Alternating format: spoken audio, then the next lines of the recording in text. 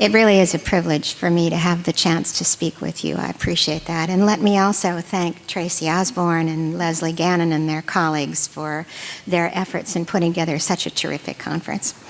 Okay, what do we know about the impact of media on campaigns? There have been some big changes over time in the way we think about media impact, due in part to the changes in the ways that we research it. Early studies in the 1940s and the 1950s found people's votes in elections could be predicted very well by their vote intentions 6 months before the election, and concluded that therefore media coverage during those 6 months couldn't have made much difference. Instead, people's partisanship did. Several decades later, researchers began to use experiments in which they found that the nature of the story to which people were exposed had a lot of impact. Showing people stories about an issue increased their sense that that issue was important. That's called priming. Giving people a story that offered a particular interpretation of an issue, framing the issue in one way, could persuade some people, sometimes many people, to see the issue that way. So at that time, the media were thought to have a substantial influence on people's feelings about the campaigns. Of course, in these experiments, people had nothing to do except to read those stories, in contrast with normal life when we have a whole lot to do. More recently, we have been more thoughtful, I think, about taking into account the ways that research methods affect their results. We found that both priming and framing do take place under some circumstances more than others, with some kinds of people more than others. A media story or an ad tends to have relatively little effect on people like you, people who are engaged in politics already, and so already know a lot about politics. People who are not interested in politics are pretty good at avoiding most political messages altogether, but the very few that manage to sneak through may make a difference. In general, though, the impact of media messages tends to be short-lived. So the massive impact models have been put on the shelf.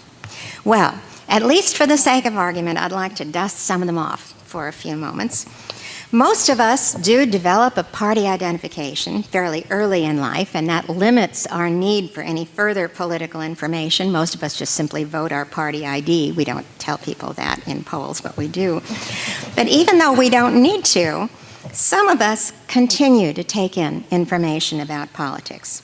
This new information may not change our partisanship, but it can still be important. For instance, now in a presidential nominating season, when identifying as a Republican doesn't tell you which Republican to choose. The new information we get is generally mediated. Think about where you're getting information from now. For some whose social networks are heavily involved in politics, new information can come at least in part from those networks. But for the rest of us whose social contacts are formed on the basis of our jobs or on the basis of our involvement in athletics or religious life, the great majority of what we learn about a campaign comes from some form of media. No medium has the time or space to tell us everything that's happening, and even if it could, most of us wouldn't want to know that. I certainly wouldn't. Any medium has to select the information it presents, so it follows that the nature of those media, the ways they're structured, the norms they develop for gathering and presenting information, can make a difference in which information they select to communicate to us, and therefore what we can learn from them. Now, we have a greater variety of media now than we've had at any other time in human history, but they have one important thing in common. Although we think of media as providing a vital public service, that isn't their main job. Most media are privately owned enterprises. They need to make a profit in order to survive. Surviving requires getting and keeping an audience. A media outlet then sells access to that audience to prospective sponsors or patrons or advertisers who in turn provide the funds needed to produce the content. The rest of the media outlets are nonprofits or individuals who still want to reach as many people as possible. That's what they're for. So the editor of the Des Moines Register is not so different from the editor of Politico, or maybe even the producer of a Law and Order episode on TV, in that they don't wake up each morning thinking, how much political information can I teach people today, but rather, if I don't get enough people to read my paper today, or my blog, or watch my program, my job is at risk. So how do the media meet this basic need for an audience? They develop norms that help them decide what to present, based on assumptions about what their prospective audience, you and me, want. They know most of us respond more to drama and conflict than we do to peace and quiet. Most of us respond to change more than we do to what's the same. Immediacy has greater value to most of us than does older information. Most of us respond to faces, even faces of cats, more readily than to words. Most of us are drawn to movement rather than to stasis. This is true of our political content responses, just as it is to our responses to sports and entertainment. The broader the audience that a media outlet needs, the more it will seek political content that meets those criteria. There are probably millions of things happening today in the United States, in Iowa, that have political reference. But if you watch the news tonight, what are you going to see about politics? Probably a candidate making a dramatic statement, or a political scandal, or if there is one. I could argue to you that these bits of information have no real importance to our lives at all, compared to what the staff members of the Federal Reserve are doing today.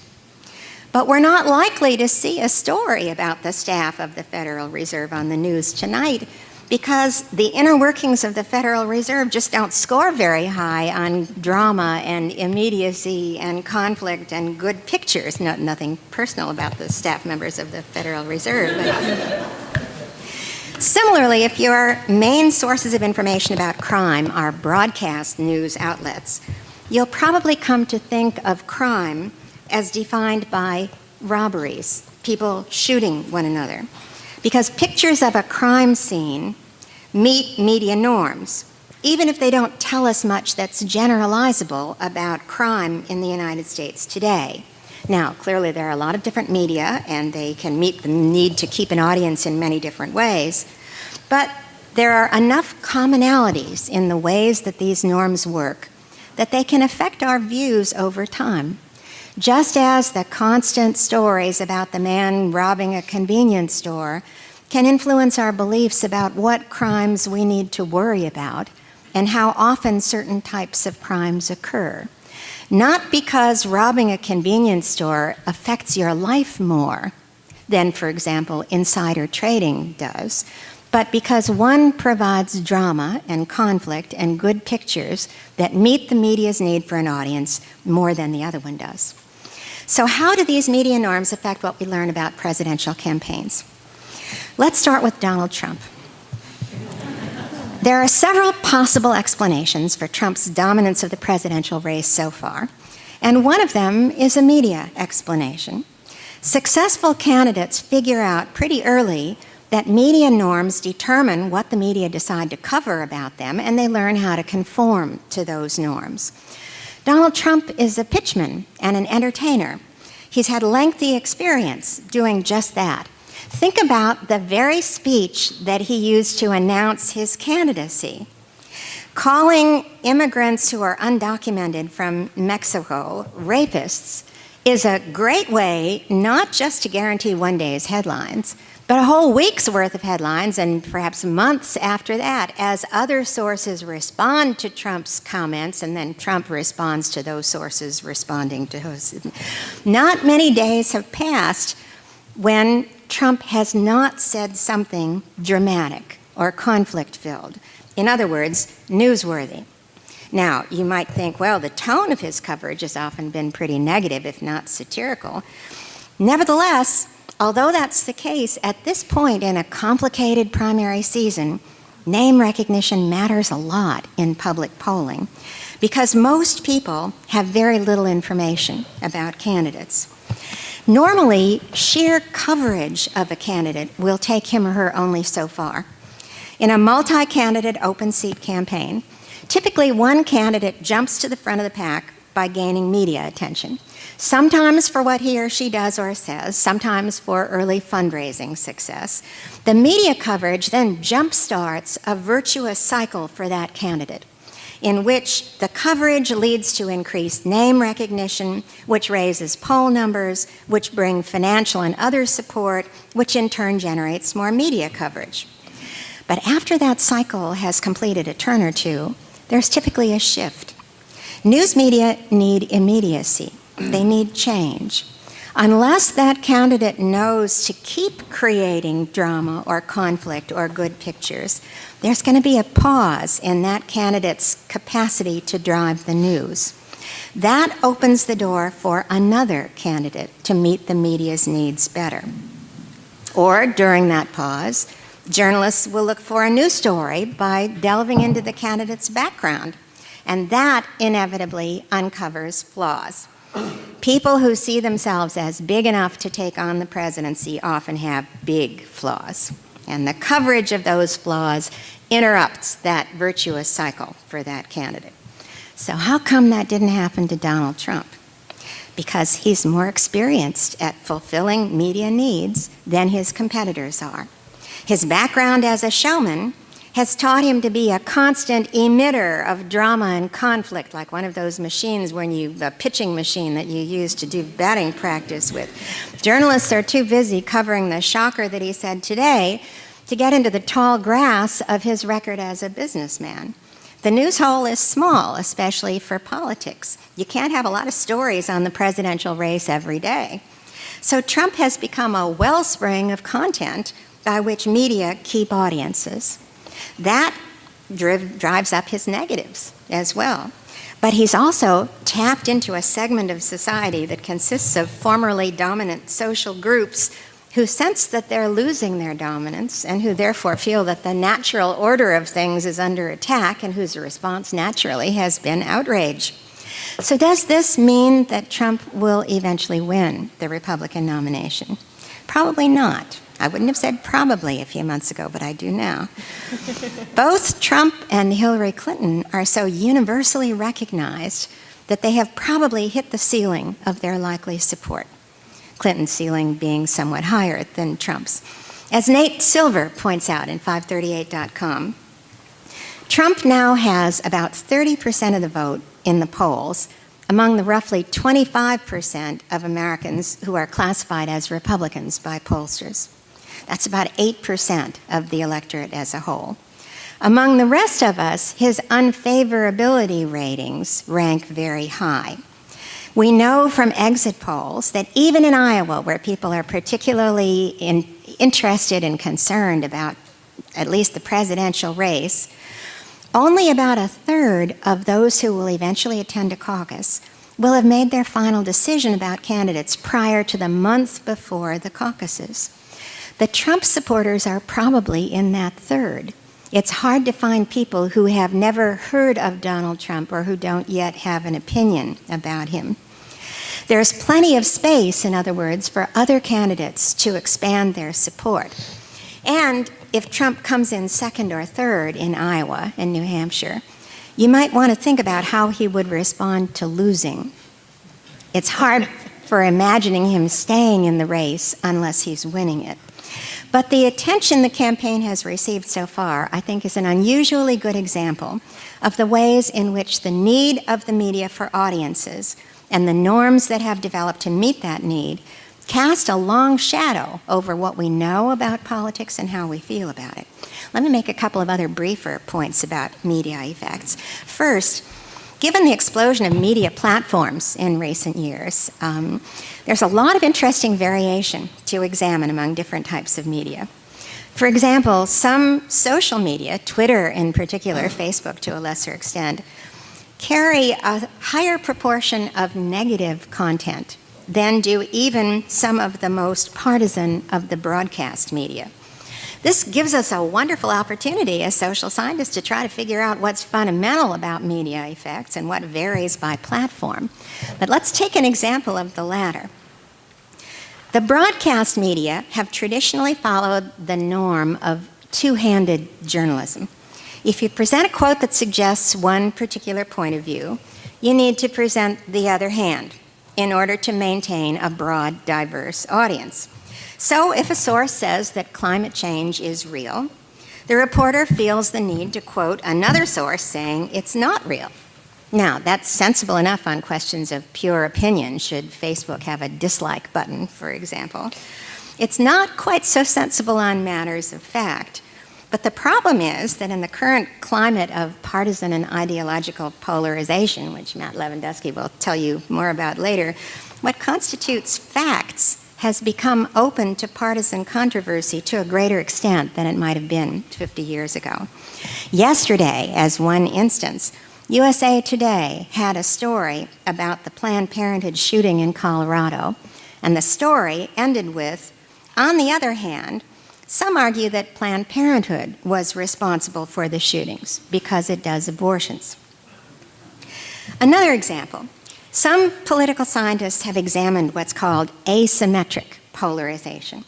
They find that in voting in Congress, Republican members of Congress have moved to the ideological right to a greater extent than Democratic members of Congress have moved to the left in recent years. As a journalist, how would you, given the two-handed norm for broadcast media, report that story in the broadcast media? Could you report that story in the broadcast media? Most likely, needing a large and diverse audience, you could report these findings only by presenting that evidence and then quoting another speaker saying, no, that's not the case, or that maybe the Democrats have gone further to the left than the Republicans have to the right. We have other media that don't face this challenge, blogs, for example, because they pull much smaller, more homogeneous audiences, so they can offer either one or its opposite without worrying about losing readers. But they can also define facts and opinions without much fear of contradiction. So even though they differ in the ways they try to keep their audiences, the broadcast and the narrowcast media, because of their need to keep an audience, both fail us, quite frankly, in being able to distinguish between facts and interpretation. And finally, it's time, I think, to consider again the traditional conclusion that media effects come in the form of agenda setting, that they don't tell us what to think, they tell us what to think about. There's been a very valuable resurgence of interest in political science in the role of emotion in political thinking. It's easier to have an affective reaction to something, I like it, I hate it, than it is to learn much about it. And we've known for some time that some kinds of political issues are what we call valence issues, issues on which most people agree. Many of these valence issues, do you think we ought to have a strong national defense? Do you like the American flag? Are what my colleague Ted Carmines and Jim Stimson call easy issues, questions that carry a substantial emotional charge that elicit gut reactions. The presence of valence issues makes it hard to maintain the idea that media don't tell us what to think, but rather only what to think about. When media attention puts a valence issue on the agenda, an easy issue with a substantial emotional charge, then the line between what we think about and what we tend to think blurs. As an example, a year ago, it may seem very distant now, but just before Election Day in 2014, there was a great deal of media attention on the spread of the Ebola virus in West Africa, and that a few individuals with Ebola were being brought to the United States for treatment. Understandable. It was a great story with which to attract an audience. Drama, conflict, immediacy, focusing on individual victims. Ebola is a pretty classic valence issue. How many of you favor Ebola? It's horrifying, and it was high on the media agenda during the fall of 2014. Its importance to our lives was probably minimal. During a 5-month period, how many people died of Ebola in the United States? What would you guess? 2 people died of Ebola during the United States. During that same time, 13,600 died of auto accidents in the United States, and 13,700 died from gunshots. But a great deal of media coverage was spent on Ebola not just at the beginning of the story when the level of threat was unknown, but for months after it had become apparent and federal authorities had made clear that the threat to most of us was very low. How come? Ebola was a closer fit to media norms than were the auto accidents and the gun violence that caused 25,000 deaths during that period. Ebola was change, gun violence is daily life for us.